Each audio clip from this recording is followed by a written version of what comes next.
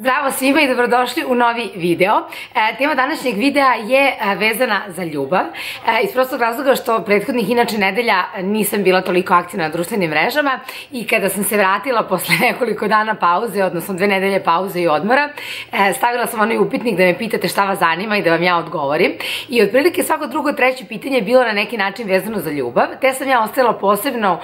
poseban deo gde možete me pitati baš pitanja vezana za ljubav i da ja odgovorim. To su neke moje stavovi, neka iskustva moja i prosto neke stvari koje su vas zanimale najviše. Neću mnogo dužiti, krećemo odmah. Imajte u vidu da nisam neki stručnjak, ali ću vam reći kako ja gledam na neke stvari. U svakom slučaju obećavam da vas čeka i dosta nekih beauty videa u narednom periodu i dosta onako zanimljivih nekih tema koje sam ja smislila, a nadam se da će vam koristiti. Prvo pitanje kaže: opiši svog idealnog muškarca u fizičkom i psihičkom smislu. Čime te može osvojiti? Evo ovako, što se tiče i generalno i fizičkog i psihičkog, ja nekako verujem da je za kompletnost potrebno oba i da negde svi mi želimo u najboljem scenariju taj kompletan paket, tako da ja ne odvajam te dve stvari, ne mogu da kažem bitno mi je samo ono što je unutra ili bitno mi je samo ono što je s polja, naravno da svi težimo tome da nekako u jednoj osobi pronađemo sve. Kada bih pričala onome šta je unutra, naravno da želim da neko bude pametan, da bude interesantan, da mi bude zabavno s tom osobom, da delimo iste vrednosti i da se razumemo oko onih važnih stvari u životu, da se nekako pored njega osjećam sigurno i da mu se na neki način divim. Ja strašno volim kada se osobi pored sebe na neki način divim, jer to mislim da nekako generiše i dosta više poštovanja u nekim potpuno drugim nevezanim situacijama. Što se estetskog dela tiče, nekako tu najviše zamišljam da prosto bude onako kad ga pogledam, taj idealni muškarac je jednostavno meni pojava. To ne mora da bude neko koji drugima najlepši na svetu, ne mislim da mora da ima neke savršene crte lica, ali jednostavno da je onako pojava da nešto tu sa mnom komunicira, da postoji neka privlačnost i neka hemija, kako to neko zove, a kada bih to onako rekla u nekim atributima, rekla bih da bih voljela da bude onako visok, krupan, prosto bih se ja osjećala još ženstvenije pored njega, da ima lep osmeh i lepe zube, volim kad vidim lepe šake, volim kad vidim lepu kožu na muškarcu, ali na kraju uvijek presudi ne ono kako smo po check listi idealno stavili, već taj neki osjećaj koji imamo sa drugom osobom. Šta mlada žena kao ti očekuje od muškarca u vezi da bi bio onaj pravi? Najpre očekujem da me stvarno jako voli i da me iznad svega drugog u životu bira. Kada to kažem, mislim na to da bih voljela da imam partnera koji je stvarno ostvaren u mnogo stvari u životu, ali da mimo toga i bez obzira na sve to nekako mene bira u svakom danu kao nekoga sa kim želi to da deli. Voljela bih da se na neki način osjećam da sam mu i prijatelj i devojka koju voli, žena koju voli i da nekako se sa tom osobom zaista razumem oko onih suštinskih vrednosti u životu, jer mislim da na sve nekako i može da se utiče, ali oko nekih ključnih vrednosti ne toliko. I nekako stvarno bih voljela da imam taj neki moment divljenja prema partneru. Kad kažem to divljenja, ne mislim sad kao on može da uradi to wow, nego mislim onaj moment da stvarno nekako smatram da svakog dana od njega mogu da naučim i da mi je nekako prva osoba koju konsultujem oko važnih stvari. Što na neki način podrazumeva i poštovanje, razumevanje i neke druge još dodatne stvari. Da li se vredi boriti za ljubav kada se dvoje vole, roditelji ne dopuštaju tu ljubav? Ja inače moram da kažem jedno pitanje, nisam pročitala, sad sve odgovaram onako kako mi dođe. Nekako verujem da kada se dvoje vole, kada srcem nekog birate, kada se osjećate jako srećno i zadovoljno uz nekog, da onda nije toliko važno šta drugi ljudi kažu, ali ovdje ima jedno veliko ali, verujem nekada da kada smo zaljubljeni umemo da budemo slepi na neke sitnice, te ukoliko neki ljudi koji vas vole najviše od svih, kojima je jako stalo do vas, ukoliko ti ljudi nekako procenjuju da nešto je mala vrsta nekog alarma, nemojte da ih pošto poto otkačite, poslušajte šta imaju da kažu, radite svojim srcem, ali nemojte biti slepi da možda na neke stvari pravovremeno odreagujete. Ljubav na daljinu. Ja moram da kažem da sam ja osoba koja je u stilu daleko od očiju, daleko od srca. Naravno da ne kažem da to mora tako da bude nužno čitavog života, ali tako je nekako moje iskustvo. Iako nisam od onih devojaka kojima morate posvećujete pažnju 24/7, vrlo sam samostalna i samoodrživa, ali nekako prosto imam utisak da ja ne bih funkcionisala u odnosu gde se sa nekim koga volim viđam par puta godišnje ili 2 puta mesečno. Naravno da to ne znači da neće ta osoba sa kojom sam putovati, da može bude ono da malo i ovde, malo i onde, ali ukoliko je to da se stvarno viđamo relativno retko, na po par dana, ja ne bih funkcionisala. Ipak, znam neki ljudi koji funkcionišu i koji su uprkos tome dosta srećni, tako da na kraju dana bitno ono kako se vi osjećate i kako vi funkcionišete. Šta ako je sve navika? Ako je sve navika u smislu da vam je život takav da vas je nekako prosto neka rutina života i veliki broj obaveza nekako ušemio u određene rutine i u određena ponašanja koje su postala navika, tada vidite kako možete da se izmestite iz toga i da na neki način osvežite vašu vezu, ali ukoliko nije do toga, nego ste u vezi zato što vam je udobno i zato što ste se navikli na tu osobu i ne mili vam se da menjate, a ne iz ljubavi, tada mislim da je vreme da budete pošteniji prema sebi i prema tom partneru i da kažete ok, ovo je navika, a veza ne treba bude navika, treba da bude radost. Iako je lepo imati u vezi navike i one udobne trenutke kada ne skačete kroz obruče da neku osobu onako zadovoljite da bude presrećna u svakom danu, već jednostavno možete da budete ono što jeste i da zajedno gradite život. Šta ako se volite, ali to nije to? Ja sam bila u vezi nekoliko godina sa dečkom koga sam stvarno mnogo volela i kada sam ga upoznala mislila sam ok, to je moj muž, to je to, I was done, ono što kažu. Međutim, nažalost nas dvoje se stvarno nismo slagali, dosta smo se svađali, dosta je tu bilo nekih glupavih postupaka, verovatno i sa moje i sa njegove strane, i prosto ta ljubav nije bila dovoljna da bi se od toga gradio brak, porodica, jer bi bilo previše neslaganja i nekih starih rana sa kojima ja bar mislim da ja ne bih umela da se nosim u nekom budućem periodu. Tako da ukoliko je stvarno prava ljubav na pravi način, onda je to to. Teško baš da možete da se mnogo volite, a da stvarno mnogo ne funkcionišete. Ako ne pronađete zajednički jezik, bolje idite dalje, jer nekada ta ljubav sama nije toliko dovoljna da možete sa nekim i da stvarno živite opušteno i radosno, a da vam ne oduzima neki deo vas. Kaže, samo da vidimo ovako.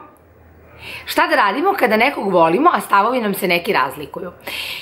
Ukoliko vam se razlikuju stavovi i ponašanja, ali vam se ne razlikuju ključne vrednosti, ja na tome mislim da na neki način može da se radi. Ukoliko ste oboje voljni da radite na nekim stvarima koje vam se suprotstavljaju na način da vam smetaju. Međutim, ukoliko vam se vrednosti ne poklapaju, tada mislim da je jako teško raditi na bilo kakvoj perspektivi veze. Nekako verujem da ako vi imate slične vrednosti i težite ka istim stvarima u životu, ali možda vaš način dolaska do njih je različit i vaša ponašanja u tom procesu su drugačije, da to negde može da se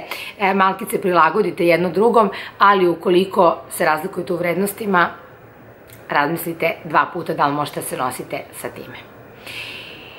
Da li misliš da je okej da muškarac bude 15 godina stariji od devojke? Mislim da je okej sve što vas usrećuje. Ja lično kada gledam iz svog ugla volela bih da moj budući muž bude nekoliko godina stariji od mene, ne previše, iz prostog razloga što želim da na neki način zajedno odrastamo. Ja sam odrasla u porodici čiji su roditelji, odnosno osoba sam čiji su roditelji doslovno odrastali zajedno, jer su zajedno od 18. 17. godine, i meni je to nekako jako lepo i nekako sam mislila čak kada sam bila u toj nekoj mladalačkoj vezi od 18. do 24. da ću i ja odrastati sa tim mojim momkom i ostati čitavog života zajedno.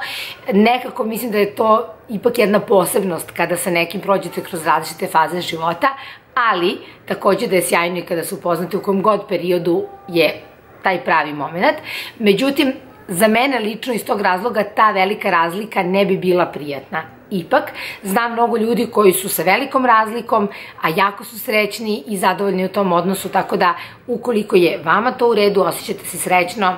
mislim da ne bi trebalo da se opterećujete nekim brojevima tek tako. Samo prosto, ja kažem iz mog ugla, kakav je neki moj osjećaj, iako ko zna kad bi me život demantovao, kako bi bilo.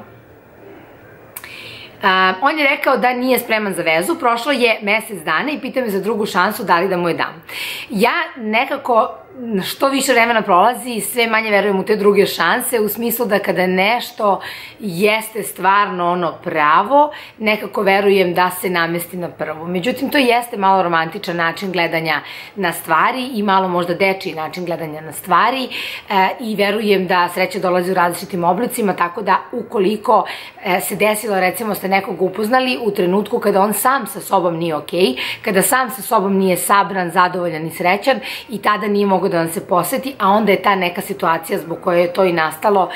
se promenila i on je tu spreman da malo drugačije se postavi, možda treba probati, samo ovog puta neka vam tačka paljenja, odnosno tačka kada kažete ok, stop, bude brža, nemojte dozvoliti da izgubite previše vremena ukoliko vidite da to ipak nije to. Nekada i umetnosti znati odustati, to ja često vam drugu kažem kada je posao u pitanju. Kako se nositi s činjenicom da je neko od nas napravio budalu nakon svega što smo poverovali? Ja verujem da je najteže kada neko u prijateljstvu, u ljubavi, u poslu, u bilo kom odnosu izneveri vaše poverenje i da na neki način taj moment ne samo da udari i na emociju, na čistu ljubav, već onako udari malo i na ego i na sujetu. Ipak, ja nekako volim da kažem, nije moj cirkus, nisu moji majmuni, to kako se neko ponaša prema meni, ako sam ja dala sve od sebe da to bude sjajno, na kraju dana ne definiše mene nego tu osobu, tako da gledajte da što manje obraćate pažnju šta vam ego i sujeta kažu, a da kada pogledate očima ljubavi prosto shvatite da ako neko vas ne vrednuje od onoliko koliko vi vrednujete sebe ili koliko zaslužujete budete vrednovani, da se oslobodite tog dela sujeta i kažete ok, to je to. To je tvoja karma, tvoja greška, tvoja loša stvar, tvoja slika jednog dana, to sa mnom nema veze. Nije lako, ali nije ni loše kad se tako uradi. Kako prepoznati da li je neka osoba za tebe na duže staze? To je moja drugarica jednom postavila jako dobro pitanje kada me pitala Taki da li bi mogla se zamisliš sa njim i 50 godina, iza 50 godina, kako radite slične stvari kao danas i kako delite život i mislim da je to jako dobro pitanje, možda ne morate da idete tako daleko u 50 godina, ali kada ste s nekom osobom, najpre pratite taj svoj osjećaj kako, šta ta osoba budi u vama, u smislu i od emocija, Luji, nemoj to da radiš, Maco, šta budi i vama od emocija i na kraju dana kako se vi osjećate sa tom osobom i koliko možete se zamislite u nekim uobičajenim situacijama, recimo 5 godina od tada, 10 godina od tada ili šta god da je za vas na duže staze.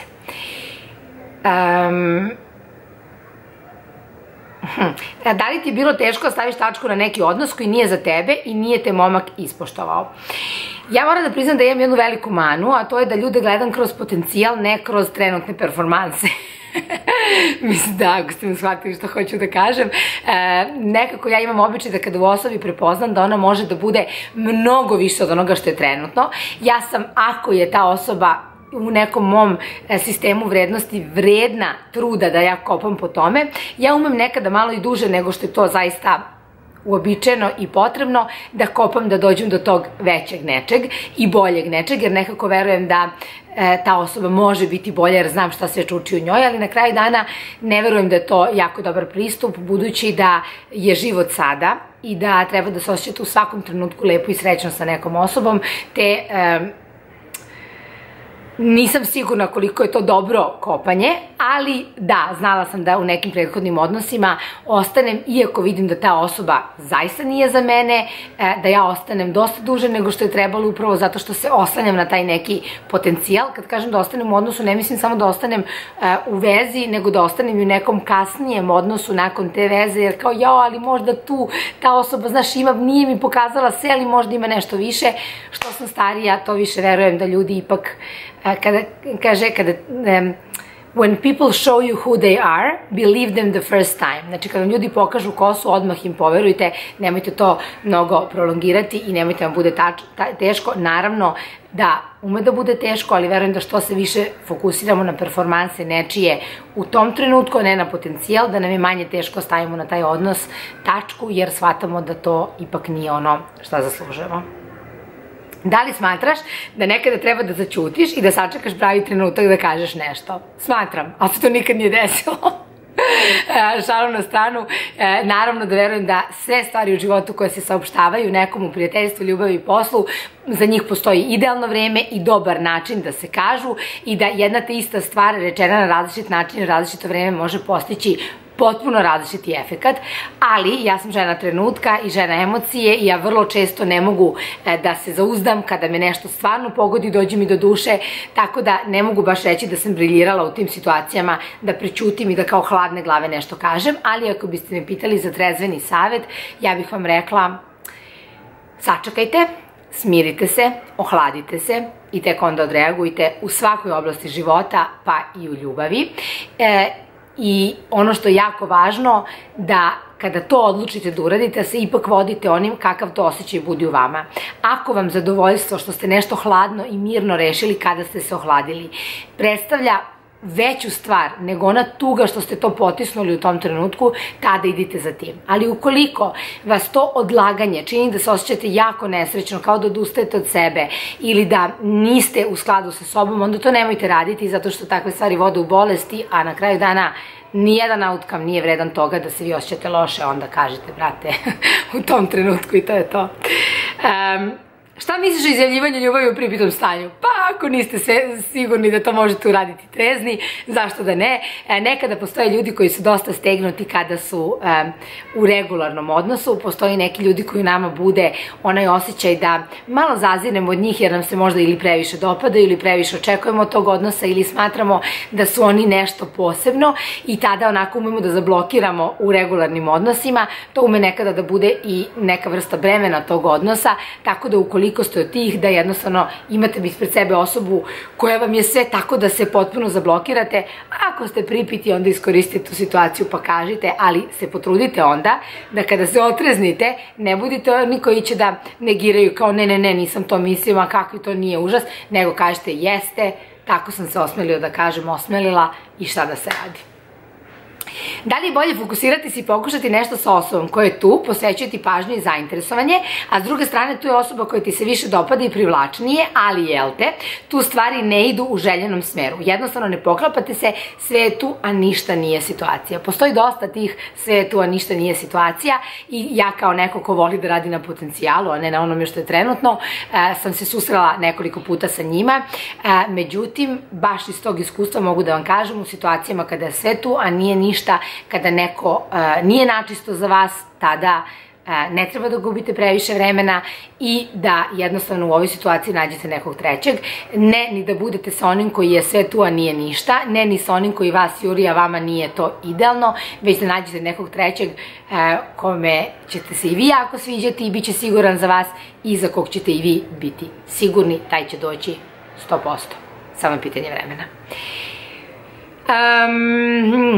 Šta uraditi da poželi da me upozna, jer ja to prva ne mogu da uradim? Pa to sve zavisi koja je priroda vašeg poznanstva, na koji način se viđate, srećete. Ukoliko se srećete često negde, nije zgorek da mu nekim gestom, osmehom, pogledom pokažete da gledate u tom pravcu i da ste zainteresovane. Ukoliko se poznajete preko zajedničkog prijatelja, nije zgoreg ni da to pomenete na neki način onako usputno. I na kraju dana ja nekako verujem da je život jedan i da ako vam je stvarno stalo da nekog upoznate, da to treba da uradite, jer to kajanje da li ste ispali paćenica ili jao jadnica, sad ja sam prva, on je prvi, na kraju dana nije ni bitno ukoliko je outcome onaj koji želite, a ukoliko nije, onda ste bar sebi uštedili vreme ono pitajući se da li ovo, šta li ono, kako ovako, nego ste krenuli svim srcem pa šta bude. Koje bi savjete dala nama mlađima? Dala bih savjet da uvek sve radite srcem, čak i ako vas nekada košta malo povređenosti, bar ja tako radim, jer kada radite stvari srcem i kada u svakom odnosu date 100% sebe i nastupite iskreno kako se osjećate, tada čak i ako ne bude kako želite, vi znate da ste uradili sve što je do vas i to skida onaj osjećaj šta bi bilo kad bi bilo. Takođe, da na vreme nekada odustanete, jer nije raditi srcem i biti emotivan, jednako biti blesav i ostajati zauvek u nekom odnosu, već kada primetite neke male alarme, odreagujte na male alarme, nemojte čekati veliki znak upozorenja koji će vas lupiti po glavi, nekad je umetnost odustati, i takođe da budete svoji, da se ni zbog koga ne menjate, bar ne one neke stvari koje suštinski ne biste menjali da nije te osobe.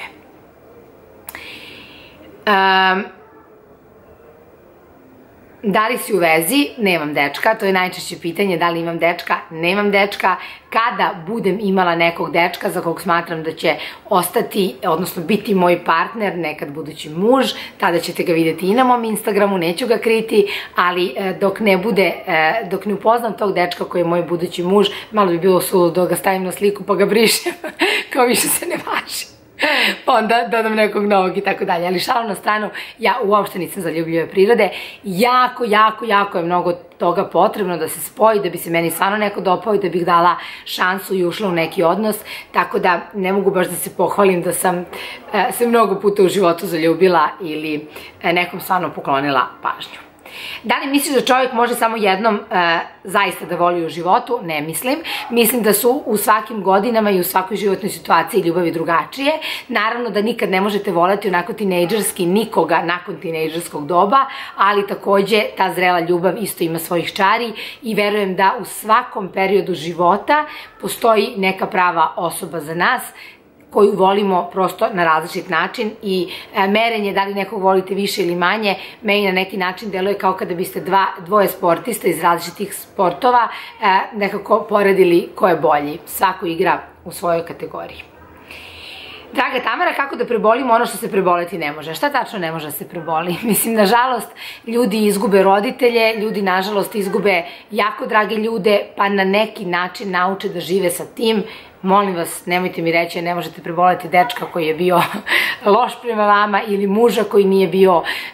dobar muž, jer na kraju dana, kada postavite sebe na prvo mesto, i ja sam stvarno i dalje učim to, ali kada imate svoje jasne kriterijume, kada imate svoje jasne standarde od kojih nećete da odstupate u nekom odnosu, kada se neko ponese loše i kada uporedite vaše standarde, ponašanje te osobe i vidite koliko se mečuju ili ne mečuju, vrlo lako donesete odluku da li nešto možete preboleti i želite ili ne. Kako prevazići ljubomoru na žene koje su oko njega? To ne mogu mnogo da vas posavetujem iz prostog razloga što ja nekako nikad nisam bila ljubomorna na žene koje su oko mog momka, niti na bilo šta što on radi, dok god on mene bira prvu. Kad god se osjećam uz nekoga, sigurno kao da će od mnogo stvari u životu želeti ipak da izabere mene, meni ne smeta ni da li je pored njega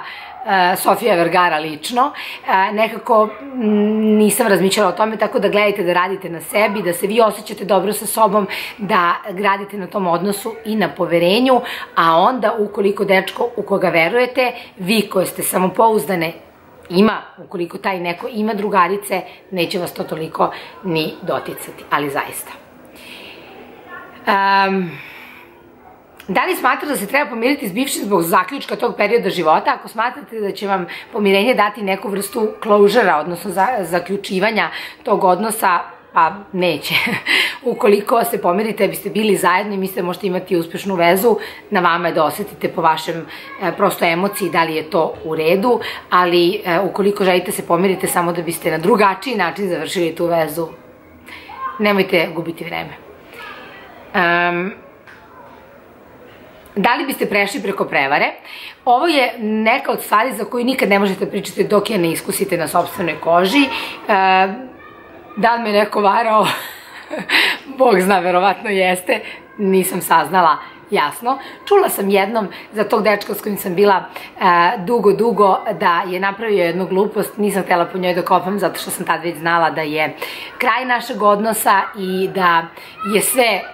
kartone crvene, žute, drešteće i vrišteće iskoristio, tako da sam tu već znala da je naš kraj i prosto nije bilo svrhe, ali da li bih prešla preko prevare? Sad kad biste me pitali, rekla bih nikad, ali u životu nikad ne recite nikad, jer nikad ni ne znate šta osobu navede na to, na koji način se iskupljuje, ali ja verujem da čak i kad bih oprostila, nikad ne bih zaboravila, a ja sam od onih koji su jako nezgodni kada nešto ne zaborave i prosto nekako trenutno mislim da ne bih umela da budem srećna nikada više na taj isti način, da bi mi se nekako srušio ceo jedan sistem vrednosti i podrške te veze.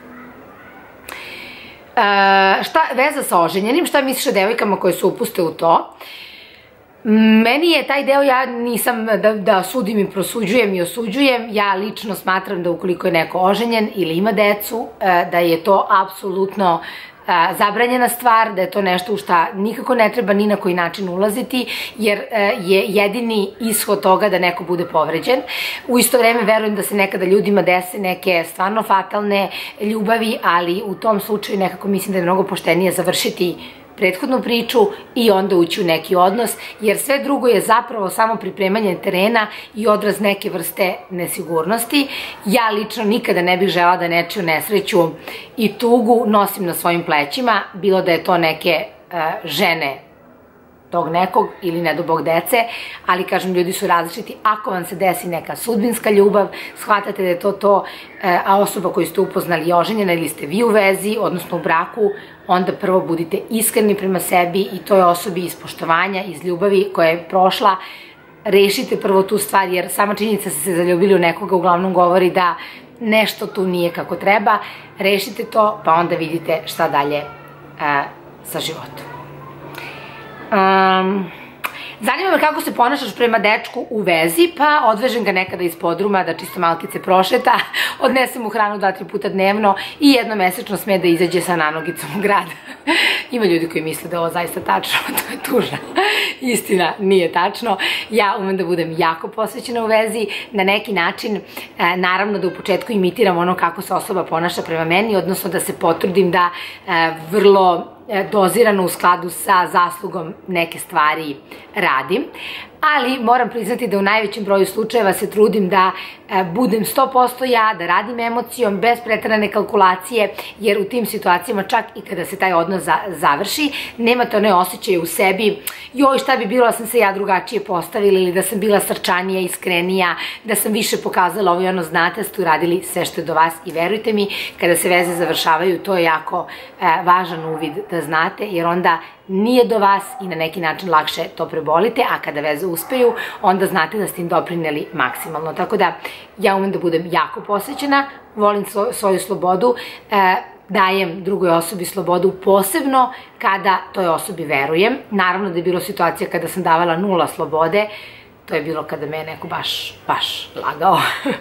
Sada, na primjer, kad bih videla da me neko laže, sad bih prosto bih se povukla, ne bih bila više deo te veze radije nego što bih nekog kontrolisala, ali kad ste klinka onda ni ne znate bolje. Čekajte da vidimo ovako. Kada raskinuti, kada vidite da je ljubav prestala